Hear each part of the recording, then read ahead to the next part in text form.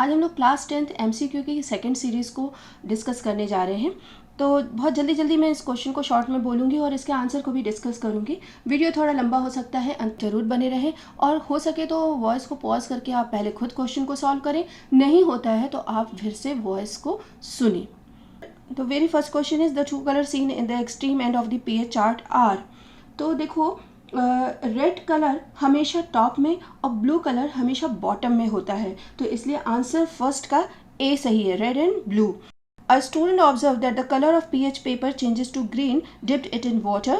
She added a few drops of concentrated hydrochloric acid to the water. The color of pH paper would turn to, तो आप ये ध्यान दीजिए कि second का आंसर क्या होगा, ए, क्योंकि न्यूट्रल मीडियम में पीएच पेपर का कलर हमेशा न्यूट्रल होता है और एसिडिक में रेड हो जाता है। When zinc reacts with dilute hydrochloric acid, तो ये रिएक्शन आपको पता होना चाहिए कि जैसे जैसे रिएक्शन होता है सरफेस धीरे धीरे ब्लैक और डल हो जाता है, तो थर्ड का answer B is correct. 4 students A, B, C, D carried out measurement of focal length of a concave mirror as shown in the 4 diagram. You have to tell who will get the best result among A, B, C, D. तो देखो, सही focal length के लिए बिल्कुल sharp image मिलनी चाहिए और फिर जो मीटर स्केल को स्क्रीन और कॉन्केव मिरर के बीच में रखना चाहिए। तो इस हिसाब से क्वेश्चन नंबर 4 का ए आंसर करेक्ट होगा। Now question number 5, 3 students measured the focal length of a convex lens using parallel rays from a distant object. All of them measure the distance between the lens and the inverted image on the screen. Student A saw a sharp image on the screen and labeled the distance as f1.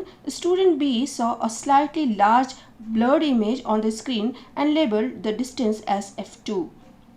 Student C saw a slightly smaller blurred image on the screen and labeled the distance as f3.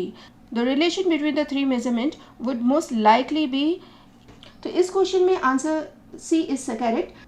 Convex lens के focus से screen को दूर करने से image blur और enlarge हो जाती है और पास लाने पर छोटी हो जाती है। Now question number 6, in the glass lab experiment shown below 4 student A, B, C, D did the following.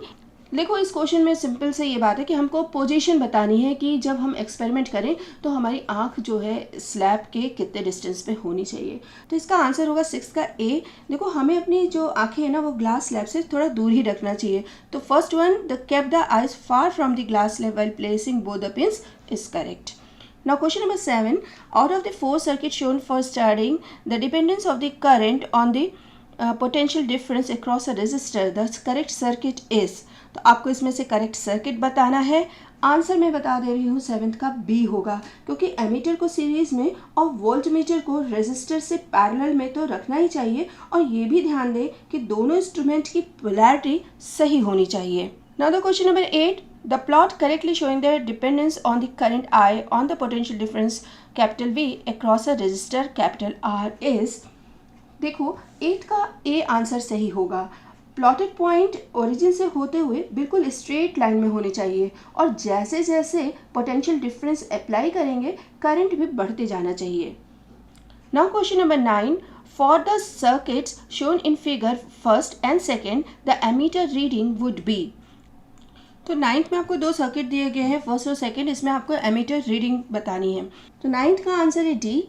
First circuit में प्लग के सिंबल में कोई डॉट नहीं होना चाहिए, ये एक ओपन सर्किट है। सेकंड सर्किट में डॉट होगा, ये एक क्लोज सर्किट है जिसमें 5/5 एम्पेयर यानी कि 1 एम्पेयर का करंट फ्लो करेगा। The voltmeter, ammeter and resistor in the circuit shown have been checked to be correct. On plugging the key, the ammeter reads 0.9 but the voltmeter reads 0.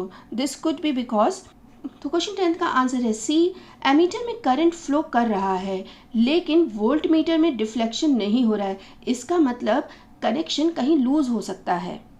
Now the question number 11, a student observed the epidermal peel of a leaf under the high power of a microscope. The following are the sketches made by them. ये बहुत favourite question है board का, तो जरा इसको ध्यान दे लेना इस डायग्राम को। देखो, इसका आंसर है बी। कार्ड सेल में न्यूक्लियस और क्लोरोप्लास्ट दोनों ही होता है। Now Question number 12. In an experiment on photosynthesis, a student were instructed to cover a portion of a leaf of a de-starched plotted plant with opaque paper as shown in the figure. ABCD चारों बच्चों ने अलग अलग colour के strip से उसको cover कर दिया। तो क्वेश्चन ये है किसमें ऐसा होगा कि जिसमें स्टार्च नहीं मिल रहा है। तो ध्यान दो, इसका आंसर है डी। देखो, किसी भी कलर का स्ट्रिप हो, कवर्ड पोर्शन पे लाइट नहीं एब्जॉर्ब होगी। ठीक है। Now question number 13, 4 different setups दे दिए हैं और कार्बन डाइऑक्साइड रिलीज हो रही है during respiration by the seed. अब आपको बताना है कि कौन सा सेटअप जो है वो बिल्कुल सही है।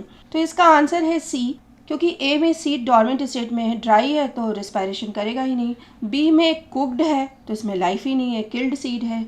और डी में KOH है ही नहीं, तो आंसर सी इज करेक्ट।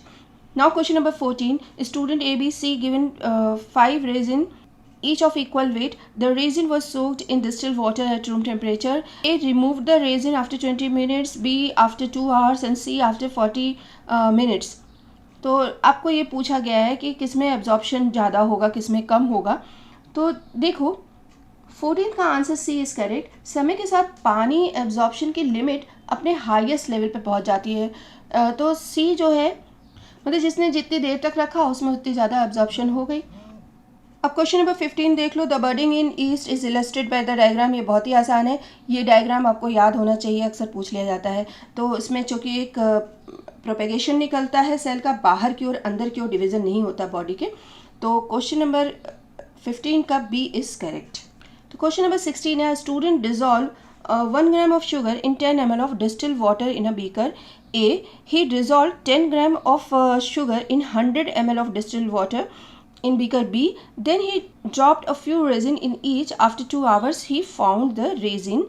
अब उसमें क्या कंडीशन होगी? तो अब ये देख लो, हाइपोटोनिक है कि हाइपरटोनिक है। 16 का आंसर होगा सी, क्योंकि ए और बी दोनों में सोल्यूशन हाइपोटोनिक है, इसलिए रेजिन स्वेल कर जाएगा। Now question number 17, 10 ml of freshly prepared iron sulfate was taken in each of 4 test tubes. Strips of copper, iron, zinc and aluminium were introduced, each metal in a different test tube.